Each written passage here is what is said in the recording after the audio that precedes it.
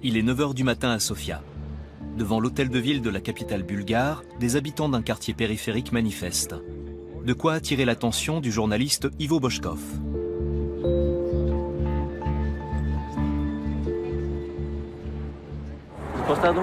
De quoi s'agit-il? Nous sommes contre les constructions massives dans notre quartier. On détruit tous nos espaces verts. Ces habitants protestent contre la construction d'appartements de luxe dans leur quartier. C'est pour blanchir votre argent sale. Certains quartiers sont confrontés à de sérieux problèmes. Et les protestations durent depuis plusieurs mois. En Italie, il y a la mafia. En Bulgarie, c'est l'État lui-même qui est mafieux. Les gens n'ont pas confiance dans le système judiciaire. Il est censé protéger les citoyens. Mais souvent, les lois ne sont pas respectées. Alors les gens manifestent.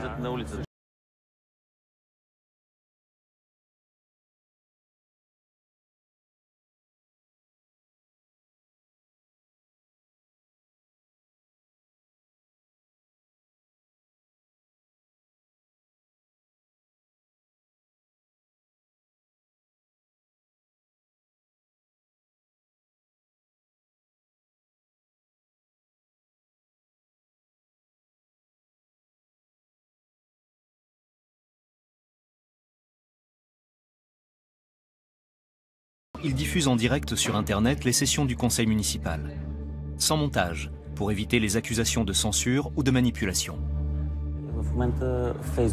Facebook est le site internet sur lequel les Bulgares s'informent. Ils peuvent voir mes vidéos en direct, tout comme d'autres informations. Quand Ivo a commencé il y a un an, le conseil municipal de Sofia était très sceptique. La classe politique n'était pas habituée à être aussi transparente. L'initiative est d'autant plus déroutante qu'elle est venue de l'un de ses membres. À 34 ans, Ivo est l'un des plus jeunes députés. Il est à la fois journaliste, activiste et homme politique sans étiquette, sans réseau, sauf celui de Facebook, dans le pays le plus corrompu de l'Union européenne.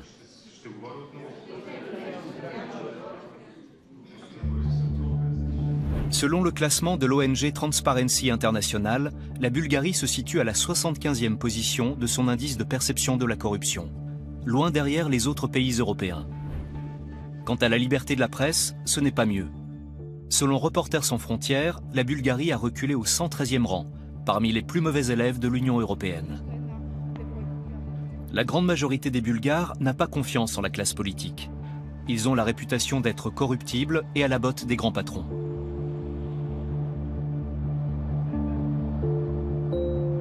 En Bulgarie, la frontière est ténue entre le pouvoir politique et l'élite économique.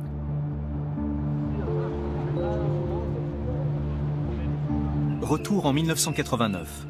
Des milliers de personnes manifestent à Sofia. Le rideau de fer tombe. Les Bulgares rêvent d'une vie meilleure, mais beaucoup d'entre eux seront amèrement déçus. Les entreprises publiques, privatisées et bradées, tombent aux mains d'hommes d'affaires douteux qui se font la guerre.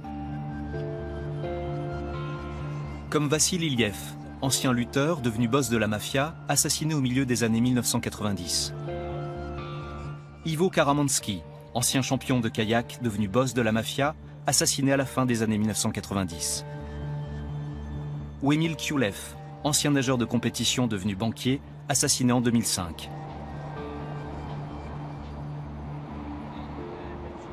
Plus de 150 meurtres perpétrés par la mafia, dont la plupart n'ont pas été élucidés à ce jour. En Bulgarie, les débuts de la démocratie ont été marqués par une lutte féroce pour le pouvoir. Mais Ivo n'est pas du genre à se laisser impressionner. Il est 14h30. Après 4 heures de session, Ivo profite d'une petite pause pour jeter un œil au courrier, avant d'enchaîner avec une réunion de comité. Le débat porte sur l'achat par la ville d'une piscine délabrée, avec l'objectif de la rouvrir un jour.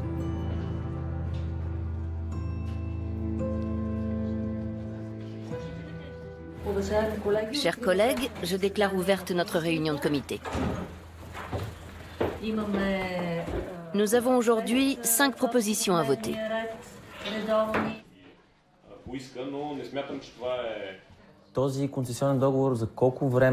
Une fois le contrat de vente signé, avons-nous la garantie de pouvoir exploiter la piscine?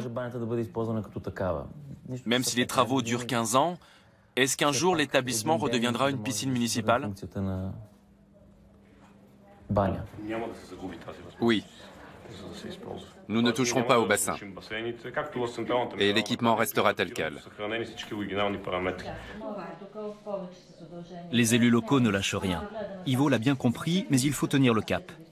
Sa mission principale, rendre public tous les contrats et accords politiques passés.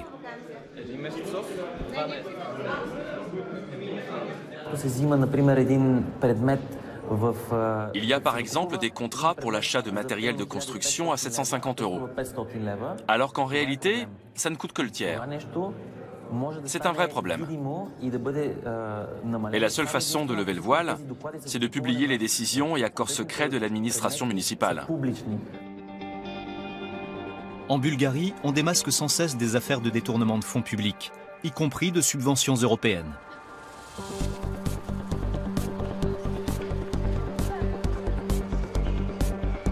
Il est 5h moins 20, Ivan se rend maintenant à son véritable travail.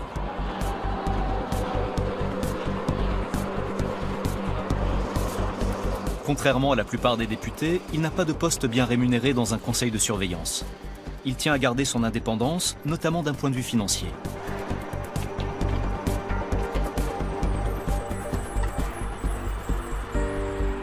C'est ici qu'Ivo travaille, à la périphérie de Sofia, dans ce complexe de bureaux tout neuf, qui abrite les centres d'appel de grandes multinationales. Au cours des 8 prochaines heures, Ivo va conseiller des clients de sociétés financières.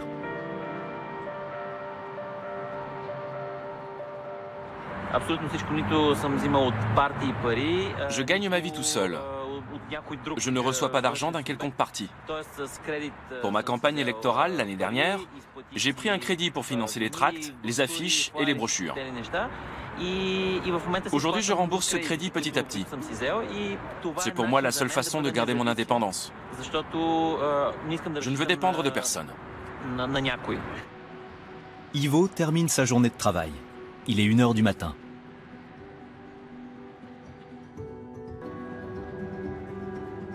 Les Bulgares sont de plus en plus nombreux à dénoncer le comportement des élites de leur pays. En 2012, ils sont des milliers à manifester pour la préservation des forêts. Et 1 an plus tard, contre la corruption et le népotisme. Ivo faisait partie des manifestants et il diffusait déjà les événements en direct sur Internet. Même quand la police l'a frappé à terre. Il a été récompensé la même année pour sa bravoure.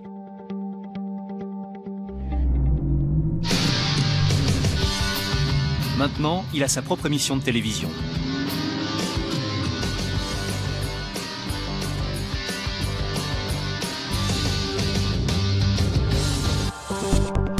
Il est 19h, Ivo se prépare pour son émission en direct sur cette chaîne dédiée.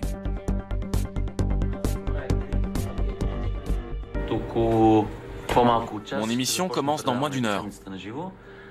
Elle s'appelle La Semaine en direct. Je la présente depuis bientôt 3 ans. Le présentateur donne un coup de main pour l'installation du plateau. Toute aide est la bienvenue. On a 2 invités aujourd'hui. D'accord, ils peuvent se mettre là. Là, plutôt non? Non, plutôt ici. Certes, tout est un peu improvisé. Mais pour Ivo, cette émission est un autre canal de diffusion d'une information indépendante, en plus de Facebook et de son blog. Nous allons commencer la semaine avec notre premier sujet.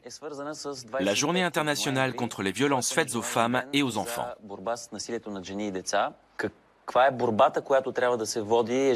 Comment luttez-vous au quotidien avec votre association?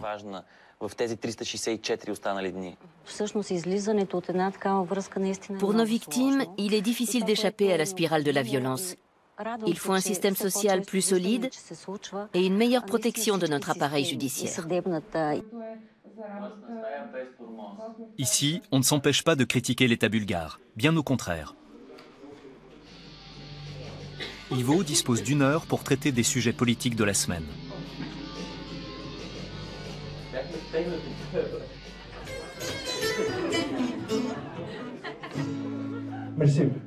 Il est temps de décompresser enfin. Mais dans ces moments-là, Ivo se rend compte à quel point le stress est lourd à vivre. Il n'a plus de temps à consacrer à sa vie privée.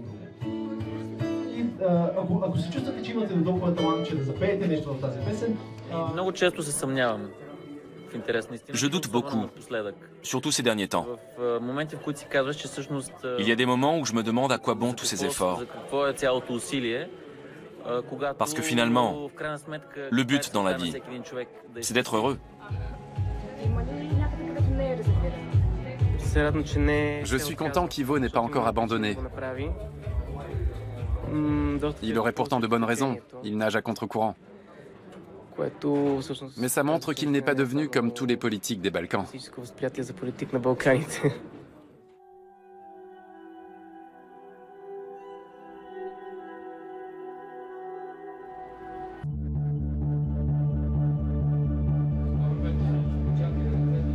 Thomas peut aussi compter sur le soutien de tous ceux qui, comme lui, défendent l'environnement.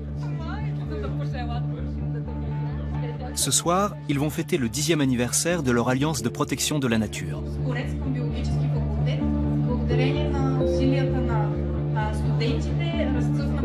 Grâce à Ivo, l'événement sera diffusé en direct sur le net.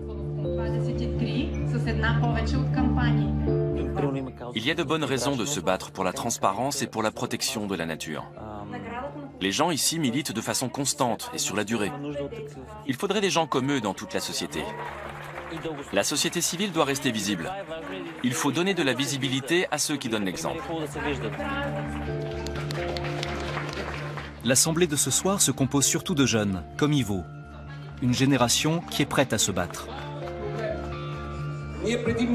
Avant, nous pensions, nous écologistes, qu'il fallait créer une île sur laquelle la société et la nature seraient protégées.